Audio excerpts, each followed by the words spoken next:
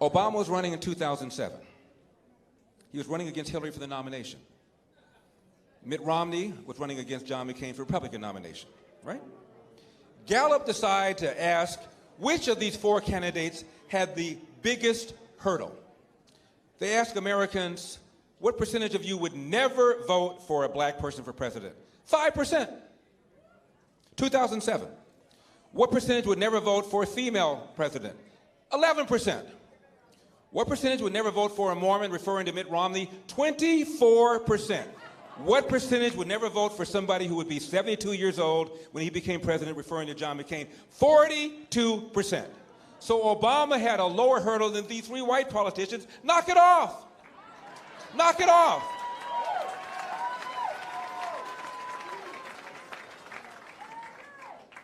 Speaking of the former president, when he was running for the nomination against Hillary, he hadn't caught her yet. He was invited on 60 Minutes. And Steve Croft, the correspondent, said, Senator, if you don't get the nomination, will it be because of your race? And I'm at home by myself. Nina wasn't there. And I said, let me see what this man says. And he said, no. If I don't get the nomination, it will be because I have not articulated the vision that the American people can embrace. I said, hallelujah. He's not what I call a victocrat. He's not Sharpton. He's not Jesse Jackson. He's not dividing us. Fast forward. He gets in.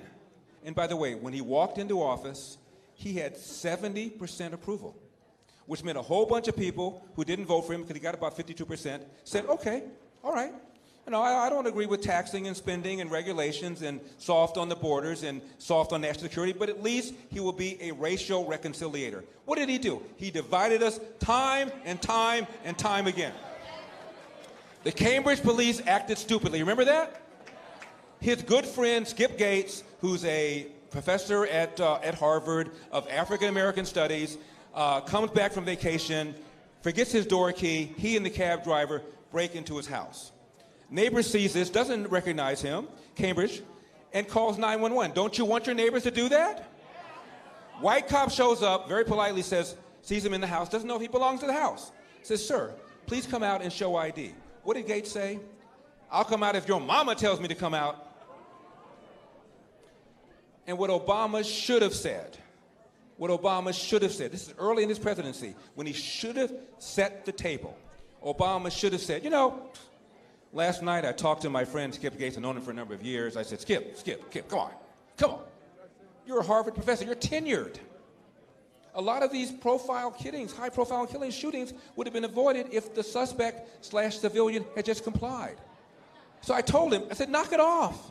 Knock it off. You should have just come out and said, show some ID. Incident would have been over. But you copped an attitude. Obama didn't say that. What did he say? The Cambridge police acted stupidly. No, they didn't. They did their job. If I had a son who looked like Trayvon, what does that mean? There's a place called Ferguson where we have our own problems. It was a lie. Michael Brown did not have his hands up, did not say don't shoot. It was a lie.